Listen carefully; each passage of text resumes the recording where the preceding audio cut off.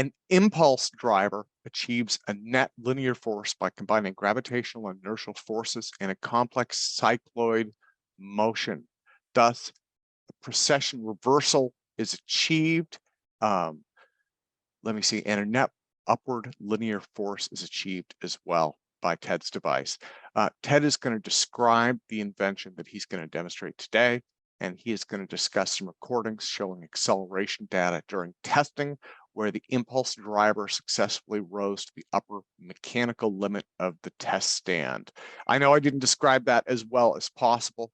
My apologies for that. Everyone, please welcome Ted Pittman, who is going to describe his device. Now, Ted, Mark has been telling me for the last 4 days how excited he was about your work. He is just happy as a clam that you were able to join us. So thank you, sir. You know, and again, that share screen button is down there. You're more than welcome to share screen. You know, you can play videos or do PowerPoint or any of those things. So yeah, I've been practicing, so we'll see how it goes. Okay, I can start. Yeah, go ahead and get started. And you know, if you'd like to share a screen, that's and I can assist you, help you get started with that if you need help. But yeah, I would say take it away, sir. Okay, well, let me just start by saying thank you, Tim Ventura, and also APEC for having me. It's great to be amongst people that share similar imaginations and imaginations that can turn into real material things. At least we all hope that. Let's see. I have my notes here. First of all, let me mention, I have 11 videos out on YouTube explaining my work, showing different tests that I've done, a lot of information there. And I welcome everyone to take a look. But when you go there, don't look for Ted Pittman. I use the name Nate, N-A-T-E, Lachae, L-A-C-H-A-E. There's a reason for that, but you can see my videos there. I'm retired now, and since 2013, I became very serious about inertial propulsion. I was serious about it for many years before that, excuse me. But I got my retirement money and my retirement life, and I decided to go for an experiment that I had been putting off all during my career. Just a little bit about my background. My occupation was technology specialist with computers, semiconductor fabrication, nuclear medicine, aerospace, artificial intelligence, and also technical consulting.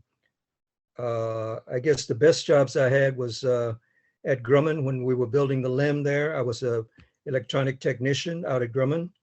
Also, when the World Trade Center was going up, I was working at the research department for the Port Authority. And I was in charge of, well, many things, but one of the things I was in charge of was testing the beams that went between the outer shell of the World Trade Center and the inner shell. They were there with a viscoelastic material. I mention this because everybody has different theories about why the tower came down and so forth, and nobody seems to have mentioned this material that kept the outer frame and inner frame of the building in position. It was there so that when the wind blew, the outer frame would move and the people in the inner frame wouldn't feel as much. Just a sentence or two about that. My personal belief is that once the plane hit the World Trade Center and it started burning all those floors above where the plane had hit, this material in between these beams obviously would have melted. And since so many of them were melting at the same time, I doubt if that had been planned, you would have the full weight of the upper structure to collapse to the next level, and then so on. So that's one possible explanation for the pancake effect of when it came down. And I was the one that sampled 1 out of every 1,000 of these beams that was going down. I ran it on a machine, a lifetime type of machine, just to make sure the material wouldn't wear out for normal operation. But I'm getting away from why we're all here. Of course, working at Grumman when they were building the LIM was a dream, you know, when the regular man in the street still felt it was impossible. And in the morning, myself and other people were getting up, going out, getting ready to do it. Probably the best job I ever had was in the medical field. I worked on CAT scanners and linear accelerators. And when my mother had cancer inside her spine, inside the, let's say, tube of her spine, I was fortunate enough to know the doctors and have worked in the field so that I was known to them. And I got treatment for my mother where they used a linear accelerator to actually burn out the cancer, most of the cancer that was in her spine. And they said it would extend her life another 2 years, which is basically what happened.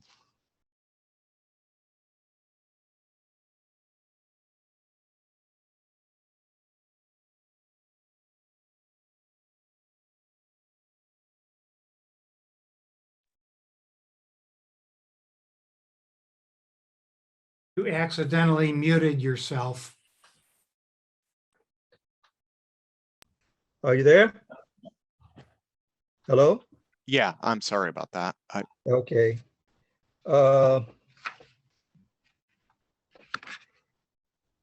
Anyway, let me just get started with why we're all here. First of all, I want to thank some people that have helped me to get to the point I'm at with my invention. Professor Bob Jones, who's at a university down in Oklahoma now, he had a theory of entropy for propulsion. And years ago, we met and talked, and he bought a car that I had built using 2 gyroscopes and sewing machine motors to drive them, little toy car. And he built it, so he knows of my early work. Gene Overall is in Matheson, Illinois. He helped when we worked at Zenith Radio to try to analyze the oscillations that happen when the gyroscopes get into what's called a resonance mode, which I'll be getting to momentarily. Bill Davis was a machinist. He's passed on now, but in Chicago, we worked for more than 2 years in his basement with all types of different gyroscopes. We were a perfect team because I had the theory and more of the scientific background, and he was a very good machinist. And it got to a point where he would bring parts to me that I had only thought of and hadn't even mentioned to him, but it was the next step in our experiments. So it was a good team there. There's reasons why, which I will explain, why we didn't get as far in our experiments back in 1970 as I have recently with exactly the same theoretical ideas and device that I was building. Gerald Mosheim, who's in San Francisco, has been a business partner, and we met at the California Inventors Council. He's supported me and been a patriot for the different work that I've done. And last but not least, Marco Maiucci has given me support with equipment. And I do have to mention Marco Maiucci, who I met in Italy when we were working together over there. His relative, I think it's an uncle or cousin, invented the telephone before Alexander Graham Bell. I won't try to prove it to you at this forum and whatnot, but you can look it up. Maiucci invented the telephone before Alexander Graham Bell, and afterwards, Alexander Graham Bell worked in the same laboratory where Maiucci.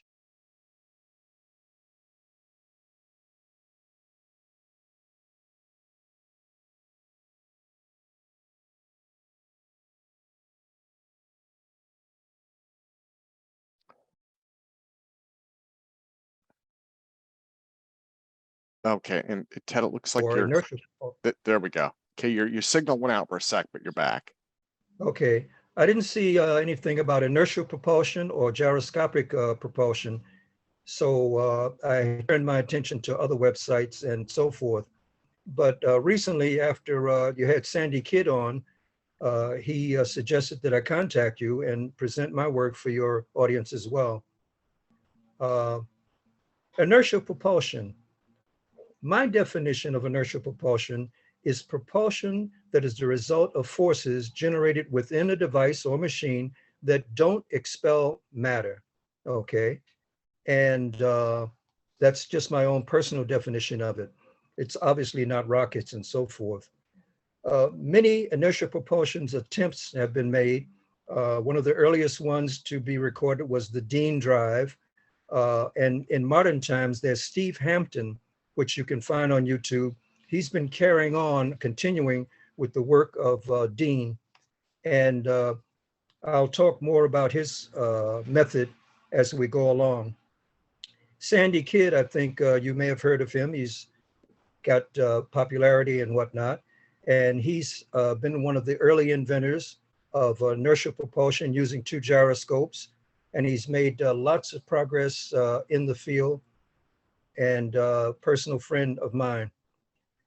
There's Polyakov, a Russian who used quad gyroscopes to try to produce the same effect that I'm going to show you with my gyroscopes. And then there's Kozyrev, who Kozyrev, he used gyroscopes to do experiments on time itself. His name is spelled Kozy.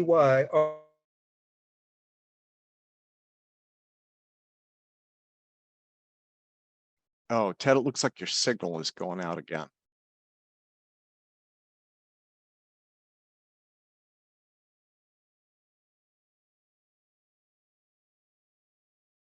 Share. Okay, sorry about that. Ted, are you on a Wi-Fi signal? Is there a way that you could connect with a cable or? Yes. Is it going in and out? Yeah, it's going in and out a little bit. Yeah. Okay, hold on just a second. Sorry, I don't mean to interrupt your presentation. We've lost you twice.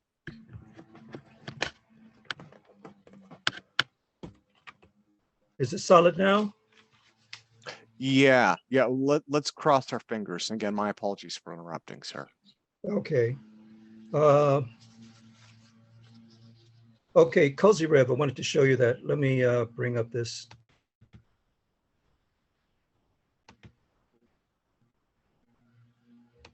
Can you see my desktop? Hello? Yes. Okay, I see a web browser. I see a web browser with a join a live Zoom demo. Okay, just hang on. There we go. Okay.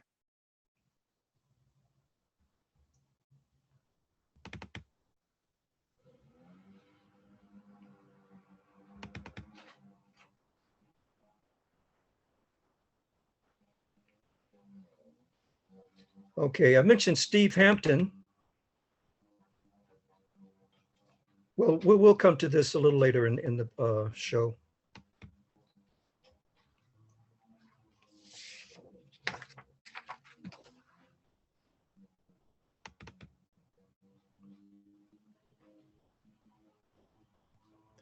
This is a presentation that I made to one of the colleges around here nearby to try to get support.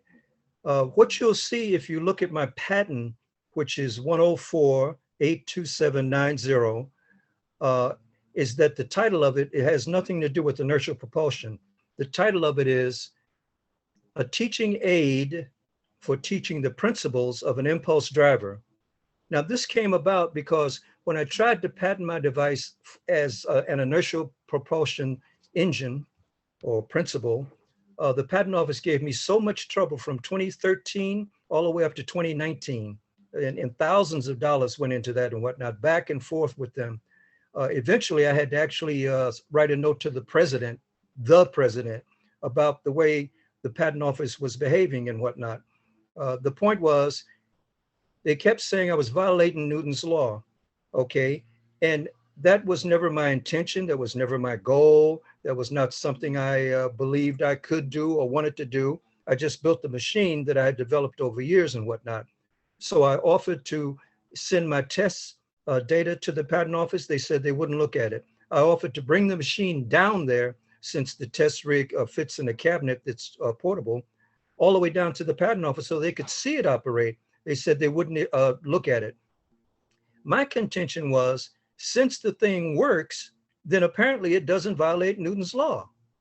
I mean, that seems simple to me, but it ended up that I had to emphasize Newton's law in the write-up of my patent. I had to emphasize the word gravity, as if you don't put it in your device, they assume you're saying that it doesn't use it. And I had to make sure I did not mention anything about inertial propulsion in the patent. Now, this was to patent a device that I had built. So the wording to me wasn't, shouldn't have been a reason for it not to get a patent, because the device did and does work. But anyway, here's the quickest synopsis of what I'm doing.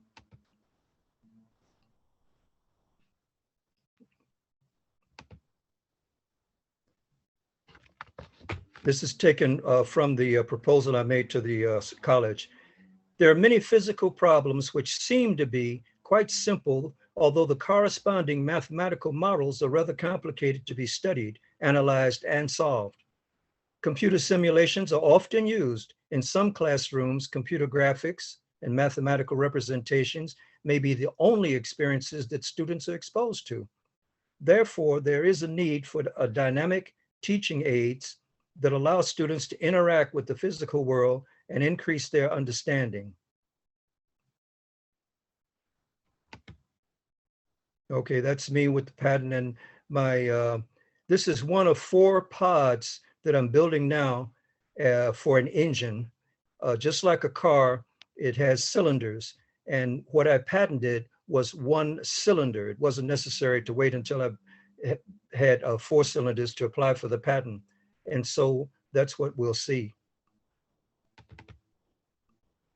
It's the objective of the present invention to provide a physical teaching aid for teaching a mechanical method and the mathematical foundations for generating a linear impulse from an oscillating eccentric mass. It is further objective to provide hardware for the students to experiment with, so they understand the interaction of forces required to generate linear momentum from oscillating masses. And I use the term oscillating mass because you'll see that my gyro disc morphs, M-O-R-P-H, morphs from being a gyroscope to being an eccentric mass in its normal operation. All of this will make more sense once I bring it all to you. Further objectives of the present invention are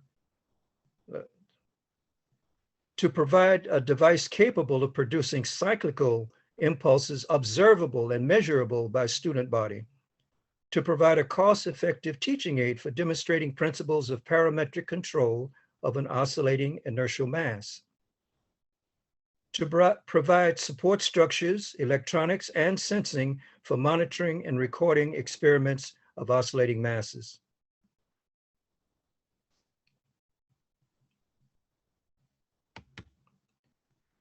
So the summary: an impulse driver achieves a net linear force by combining gravitational and inertial forces in a complex cycloid motion of an oscillating mass. The upward half cycle of the pulse is not canceled during the downward half cycle. Thus, procession reversal is avoided and a net upward linear force is achieved. Now, before I go any further, let me take you to what procession reversal is. Bear with me.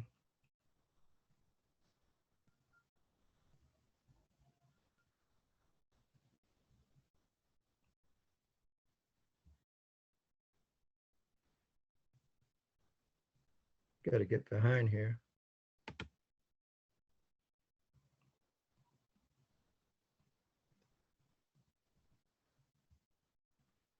Okay, I'll get to it after I close up this page. The following recordings show acceleration data during test number GM034, where the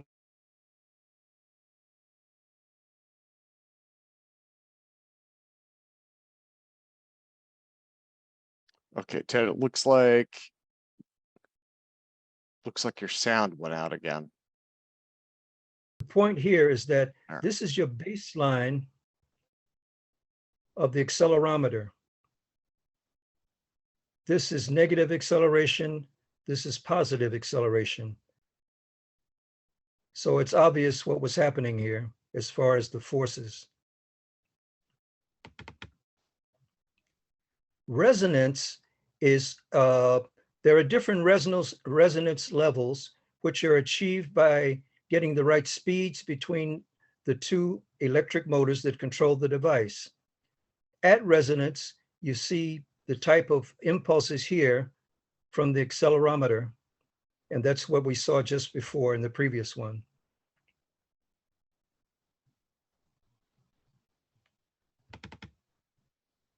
In test number 55, the acceleration was what I think of as extreme, the positive acceleration compared to the negative acceleration. Again, from the accelerometer.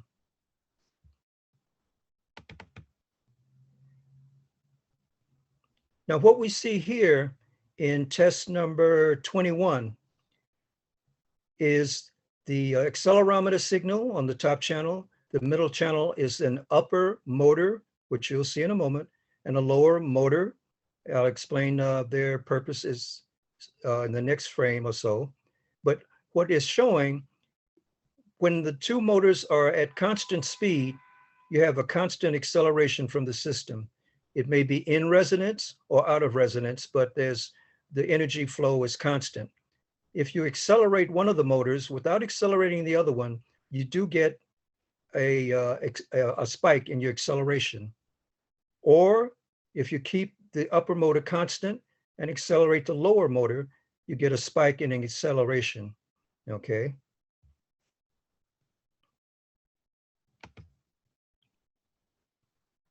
I'm going to do this reverse. I'm going to show you the frame and then the explanation of it. I hope you can see that. I don't know how to expand it bigger, but you'll see the real frame shortly. The impulse driver is sitting inside a frame, obviously. There are guide rails here, and there are roller pins on the side of the impulse driver so that it can ride up and down aluminum angle irons. I had Teflon roller wheels, kind of like small skate wheels, roller skates, so that it's free to move up and down within this frame. And the counterweight was out here. You'll see the video that shows the actual frame. All right, so this is the impulse driver testing assembly. It's based on an Atwood machine. A modified Atwood machine is used to visually demonstrate the net linear motion of the frame of the impulse driver. It was chosen because it is a simple mechanical system with 1 degree of freedom and can easily show a body's acceleration. Where here's the equation for acceleration, where m1 and m2 are the body's mass, and g is the gravitational acceleration. m1 being the impulse driver and m2 being the counterweight. In the present invention, pivoting motion of the inertial mass creates torque forces within the impulse driver. Lateral forces are restrained by angle irons and a heavy weight which is placed on the top of the frame. Downward force tugs against the counterweight and support wire, pulley wheels, and the weight of the impulse driver. Upward force reduces the tension between the impulse driver and wheels, resulting in the counterweight accelerating downward and the impulse driver accelerating upward.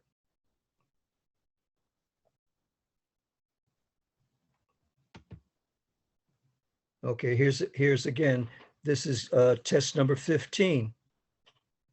And you can't see it clearly here, but the baseline is here, and the upward acceleration by far exceeds the lower acceleration.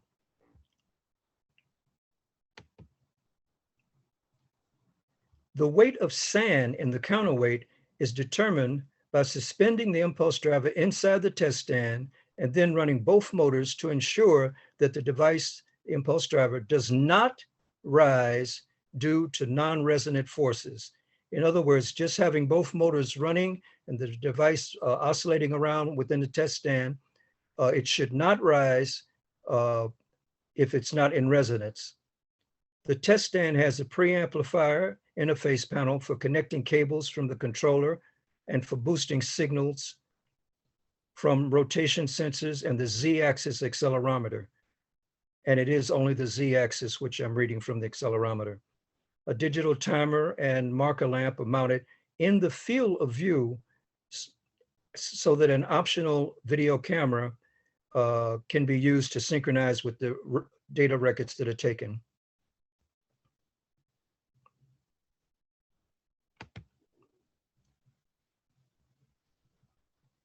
After years of working, a few years of working on this, I was able to find that what I was doing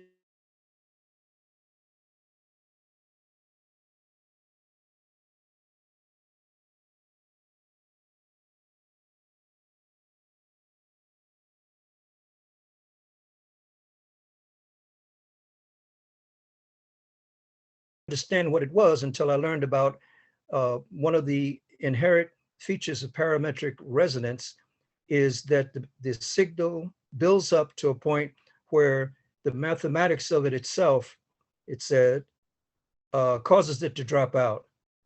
So you can see two examples of that.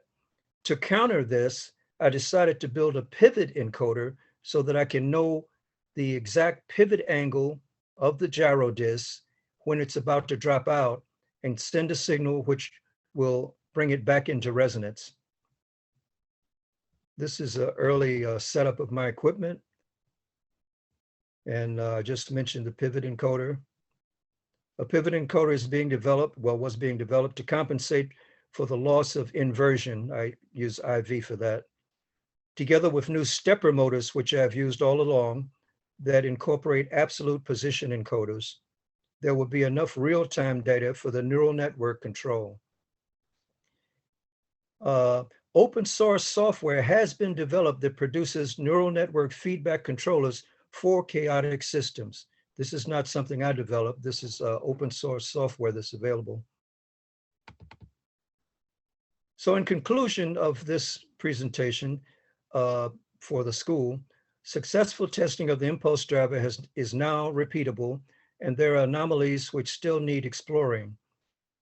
Development plan, analyze recorded data, develop mathematical models, which I could sure use a lot of help on, running simulations. I have simulation software that I use, implementing closed loop operation via the pivot encoder, and to train a neural network as a motor controller, and to build the 4-chamber engine.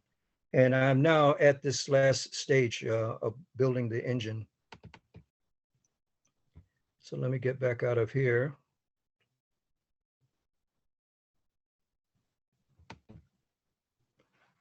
Okay.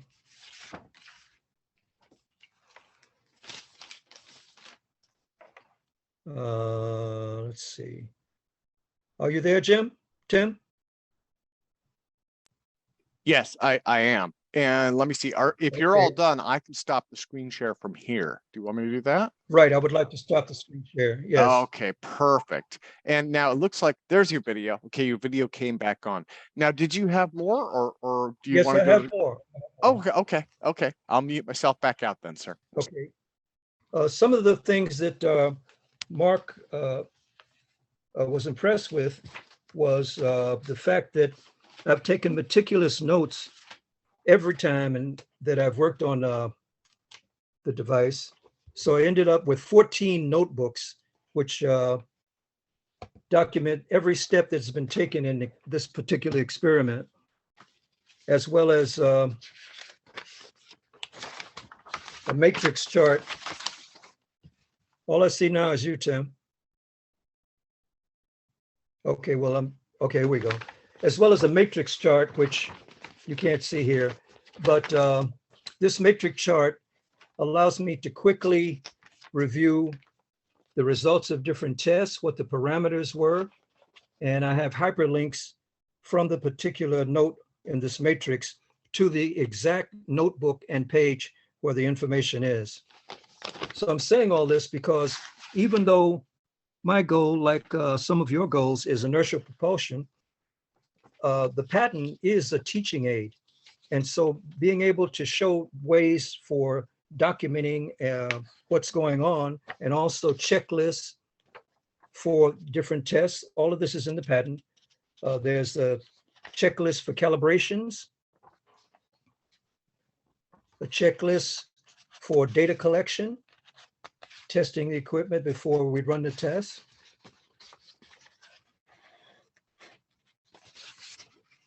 a checklist for the pivot encoder,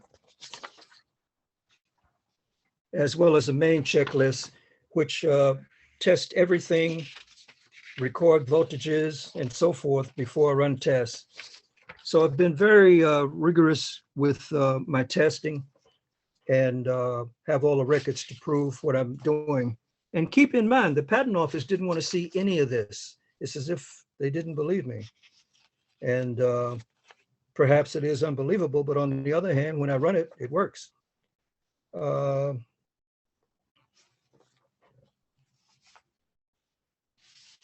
Now, what I'd like to do now is go to YouTube and show you some of the actual tests. I hope I can get there. I'm sure Tim Yeah, will so help you're me. going to want to, the best way is if you want to share screen in your browser again. That's All right.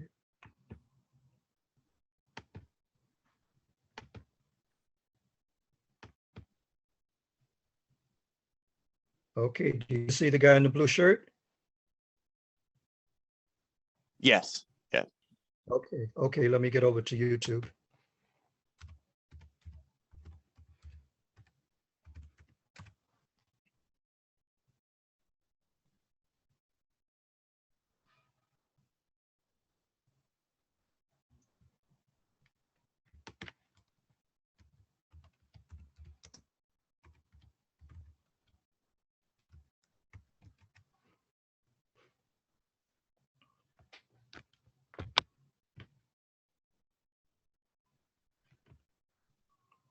Okay, many updates here.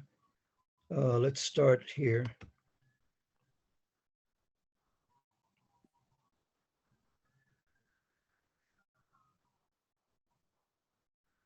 Lower motor. The lower motor creates the project itself was called Gamma Max, and the engine that is being developed is called the Gamma Drive. The Gamma Drive will have more than one cylinder when it's completed. At the present time, only one cylinder has been patented, and it's called an impulse driver. This is some of the information that's available at YouTube here.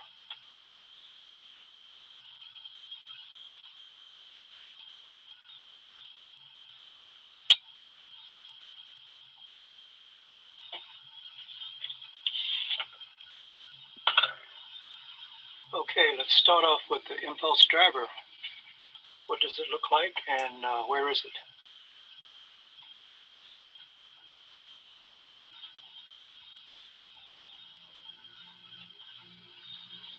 Okay, here's the impulse driver as it was patented recently.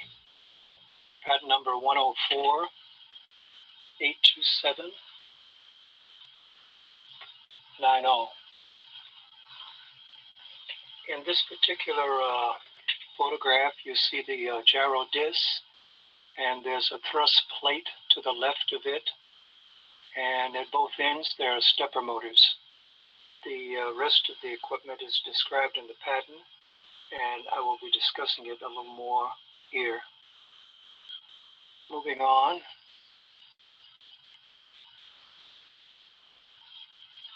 First of all, what makes this different, and why does it work under conditions that regular gyroscopes may not work?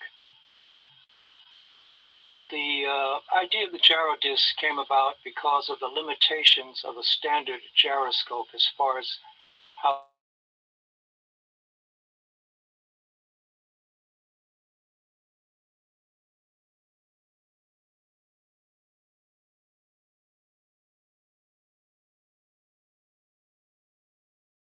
familiar with. To convert it into a gyro disc, the first thing you want to do, get rid of the frame and get rid of the bottom half of the spindle. It's not needed. The essential part of gyroscope, especially for inertial propulsion, is just the rotor. So in image B, we see the bottom half gone, the frame is gone, and temporarily the spindle itself is gone because we need to have two halves to the one spindle. In the lower left, you see the parts of a gyro disc. I color the two halves different colors, and it makes it easier to identify some of the motions that's going on when it's running and videotaping. So there you see the two halves. You still have the rotor, and now instead of just a skinny spindle stick, we have a more stronger rotor support. And then you have the axle. And the axle now goes through a much wider spindle that we replaced the skinny one that is with the standard gyroscope. So now we have a spindle that the gyroscope can be rotated about, and we have the axle which the gyro can be pivoted on. Let's go further here.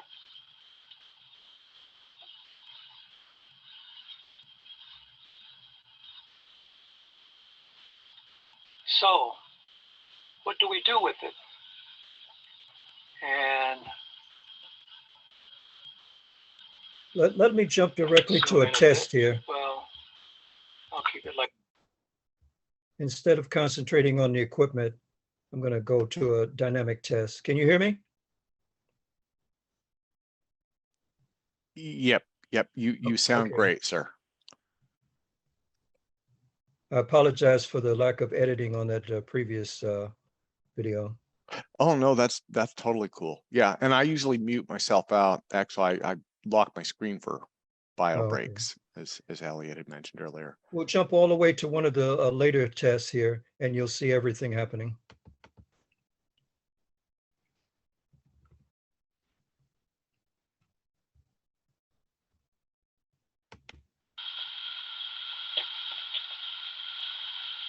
Okay, the impulse driver is here in the test stand, and it's up off of a load cell scale.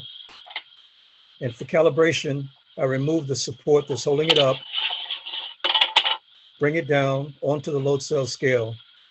You'll recall when I was showing the plots earlier, I kept mentioning a baseline, and this is at least the 0 line. Well, this down on the scale is the baseline for the acceleration test.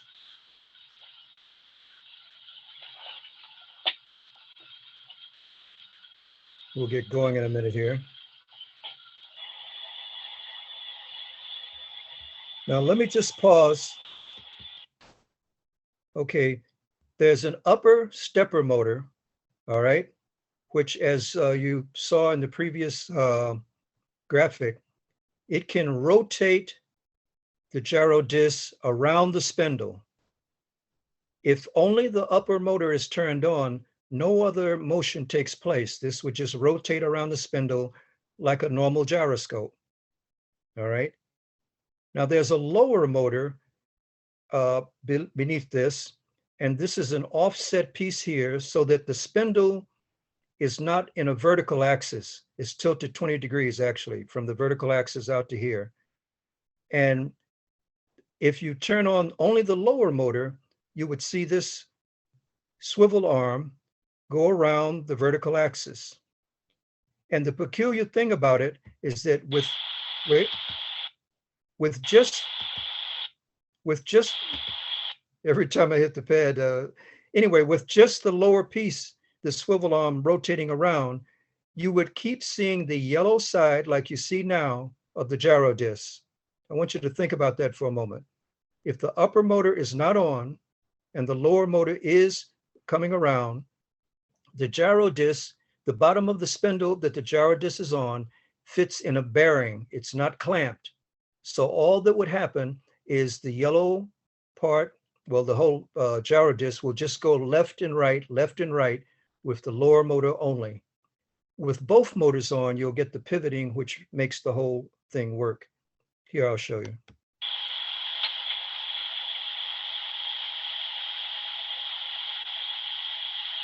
A gyroscope. with the pivot encoder, which is basically a small circuit and an RF transmitter to transmit the pivot angle out. Now you have the lower motor and the upper motor.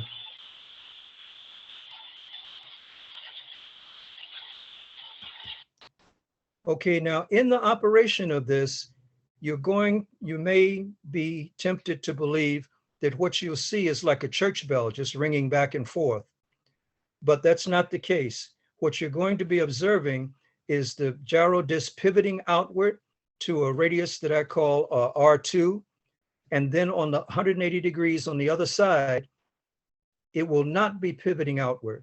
It will be in a non-pivoting position, so that you can think of it as laying up against the spindle. And that's at a radius that I call R, all right?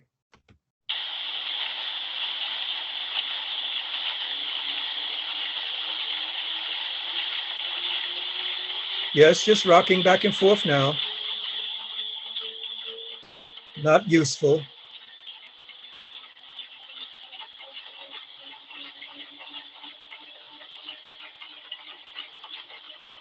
Both motors are on.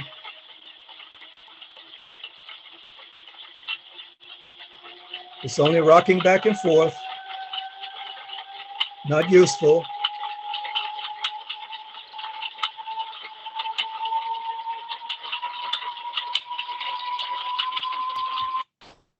If you watch closely right about this area here, maybe use this line as a reference, this line in the background, you'll see that the gyro disc is not rising above and touching this line yet. That means it's not pivoting.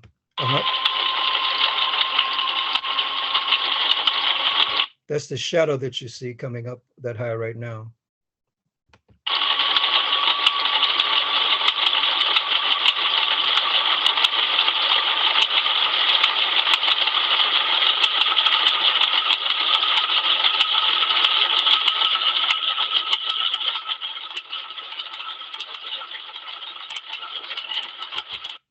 False resonance is when it's at high speed, but it's not generating the pulse that will lift the device up, where you can see it going up over here. Lots of power is going in, but it's false resonance. It's not useful to us. This is the light that I mentioned, or maybe I didn't, that flashes in the video stream to synchronize the video with the data collection.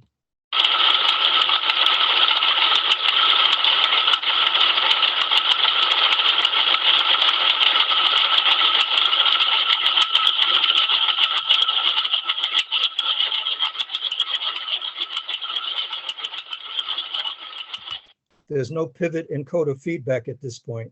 It's just freely running.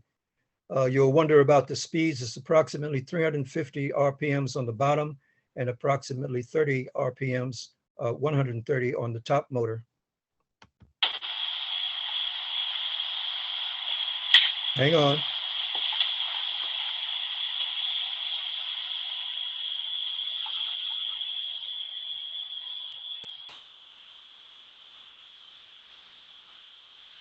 It was during this test that I actually learned that the starting position was critical to the operation. That is the starting orientation of the swivel arm at the bottom, as well as the position of the disc. Now it'll be reaching resonance when it starts down.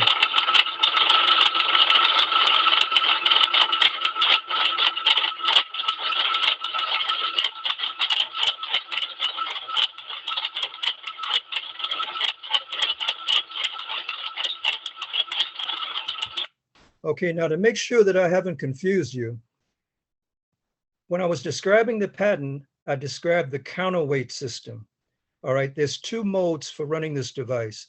One is the counterweight system, where there's a weight on the other side and the motor comes upward. There's the other one, which is this, where it's not using the counterweight, it's sitting down on the load cell scale. That's why you don't see it rising up an appreciable amount. You're just getting the vertical impulses in this type of test. This is the type of thing that you saw in the plots that were showing such a positive vertical acceleration.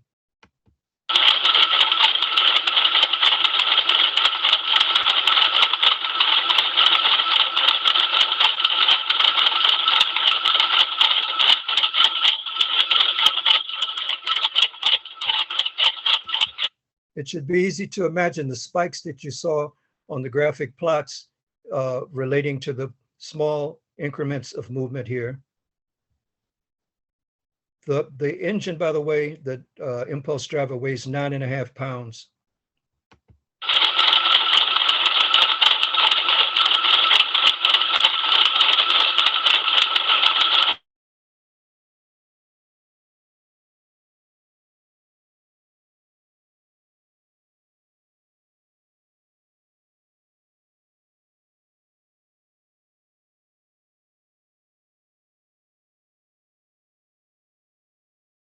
This was the marker pulse. Maybe you noticed the little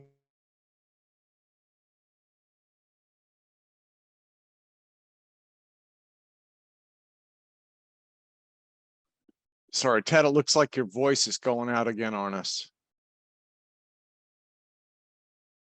of the 9.5 pound impulse driver during this test. Very slight differences in the upward reduced weight compared to the downward flow.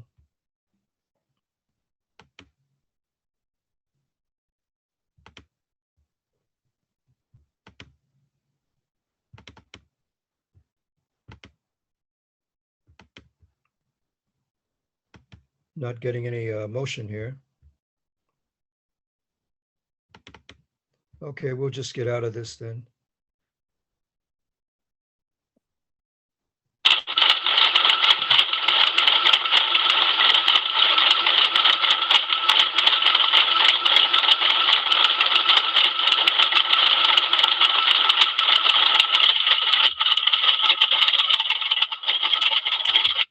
Okay, so much for the rattling around of my impulse driver.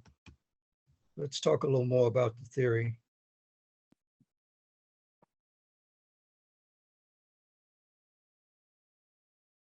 Yeah.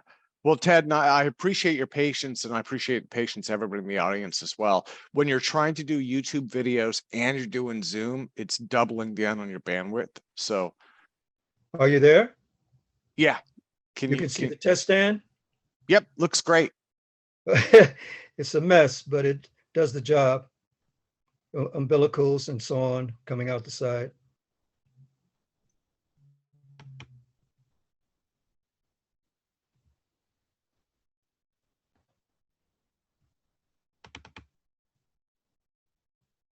Now, this is Polyaklov's attempt to do the same thing that I'm doing. That's the Russian guy, obviously. He has 4 heavy gyroscopes. You can see one here, the other here. And he has a video on YouTube where he shows his lab. And the difference here, and the reason he didn't get the results that I'm sure he wanted and that I do get, is because this mechanism here is like opening an umbrella. All right, he spins it around, the gyroscopes are spinning. It's too symmetrical. The angular momentum, or let's just say centrifugal force, even though I know it's a fictitious force, it's easier for conversation. The centrifugal force has no way to be released. So whether you spin it slightly or spin it at great speed, you're still just locked in the circle with your centrifugal force. So whatever precessional pivot he gets with his gyroscopes here would pivot this upward. This piece here comes upward, kind of like a governor of that used to be used on cars. This piece here would go pivot upward also. And I guess he's trying to push this weight up here or something, but he's not going to get it because there's no release of the force. It's just spinning. Let's go on and it'll become more apparent. Now, Steve Hampton, this is the fellow that carried on Dean's work, the Dean machine. There's lots of material on YouTube about that. Now, the point I want to show here is simply this. Steve Hampton has his YouTube videos showing his work. He's built several models and everything. And he has these weights, let's call them eccentric mass. Well, not, yeah, eccentric in a sense that is off center, rotating, and they're counter rotating. So it kind of is in the same direction that I'm going with my work. But what he does, as they rotate, as the weights are coming upward, he says there's a certain point where they're temporarily at their minimum weight, just because of the motion of his device. And at that point, he uses a solenoid to get a vertical pulse. So what he's saying is his mechanism sort of makes these weights weightless. And when they're weightless, he can give a vertical pulse, which is not counteracted by a negative pulse. And that's his inertial propulsion method. I'm mentioning him because mine does both. And let's show you that right now.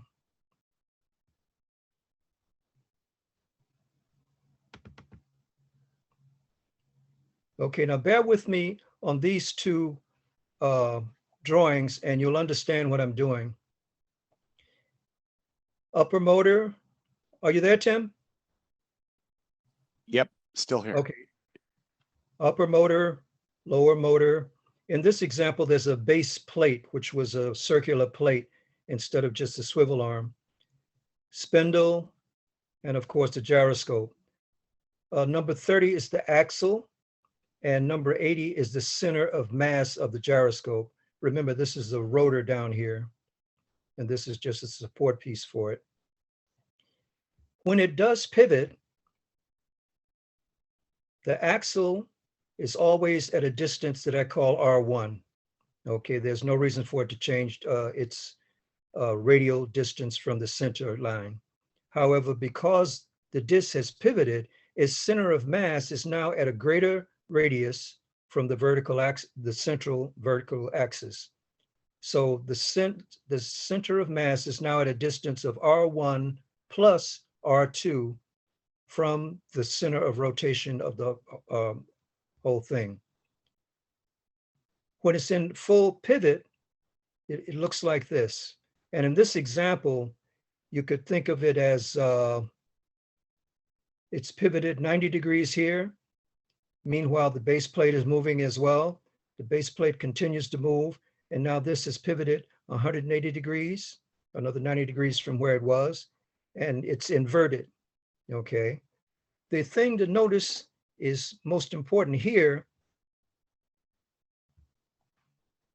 It starts, it pivots upward a little bit, 90 degrees. It pivots upward 180 degrees. And now it starts to pivot downward on the other side. All right, we're on the other side of the vertical axis. Remember these R1 and R2? When the disc is pivoting downward, its center of mass is at some distance, approximately R1 only. It is not at the same distance as over on the other side because it is not pivoted outward. It's mechanically, because of its design, it's mechanically restricted from pivoting outward because of the upper motor, okay? Takes a little bit of understanding. Now, the other thing that happens here is when it is totally inverted, there's no precession reversal. And what I mean by that, I'll have to show you another video and it will be clear. With a standard gyroscope, if it's spinning clockwise here, when you invert it up here, to this upside down position, it would be spinning counterclockwise. So whatever forces were happening down here, they would be canceled out up there. Now let me take you to a top view of what we're looking at here. Try to keep this in mind.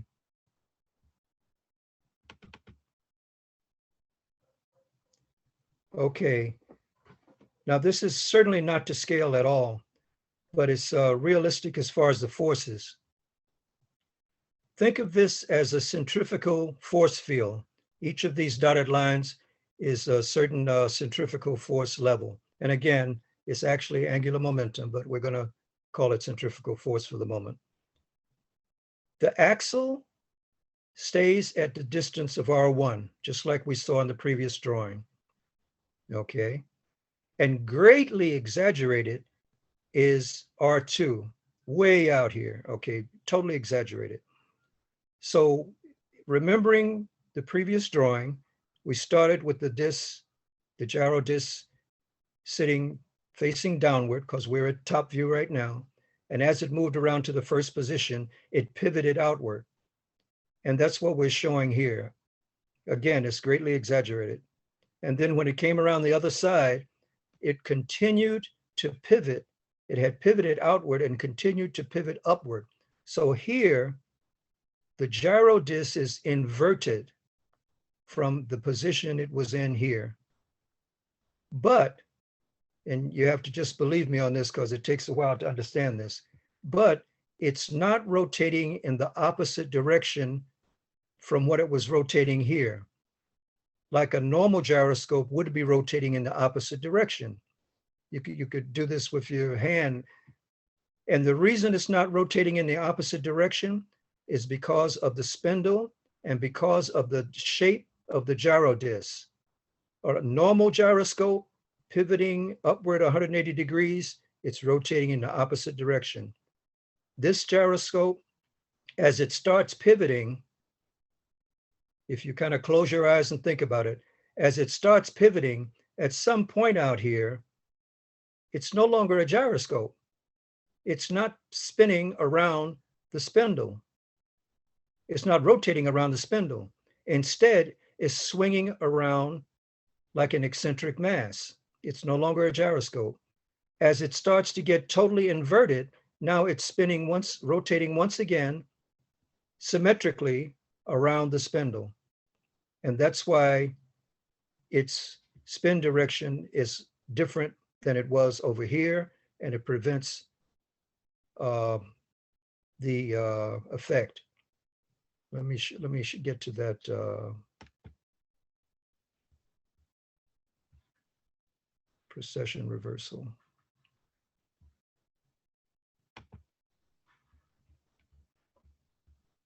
Bear with me.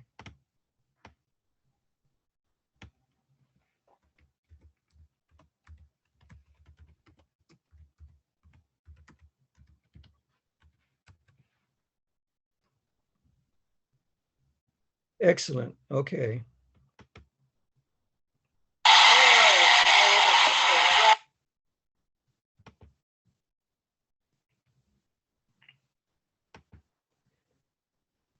This explains itself.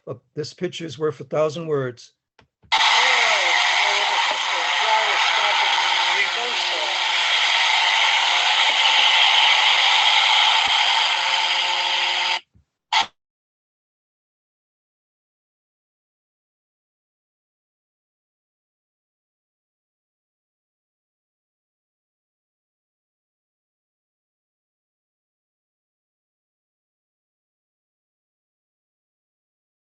It gets inverted.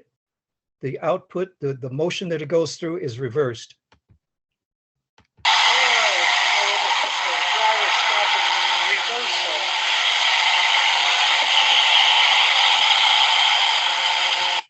That's the force that we never see using my gyro disc.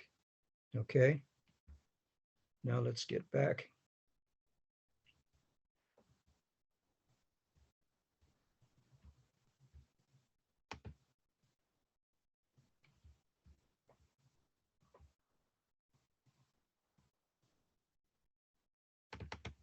Just like the Russian experiment with Polyakov, Glenn Turner over at gyroscopes.org website, he tried just using 4 gyroscopes in a symmetrical configuration, but no pivoting is done here. And he spun them very fast, and all he got was bent aluminum, he reports. And my understanding of this, which I think is correct, is that unless you find a way to release the centrifugal force, to let it go, then you're just going to be bending up parts and whatnot, or just bouncing around.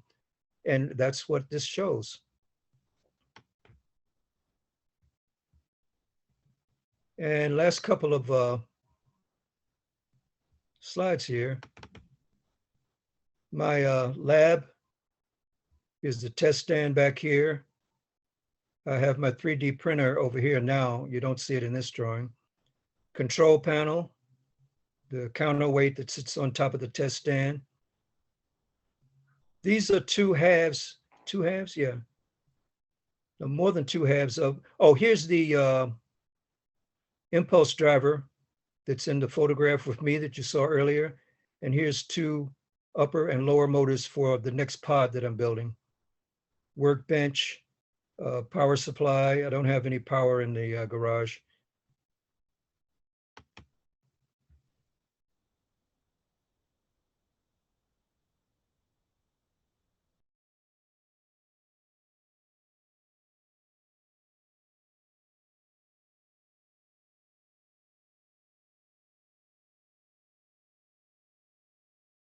The mechanics to get done at the machine shop and all that. And that's my shop. Not much work got done during the wintertime. There's no heat back there. I think that's pretty much a bit touched on everything.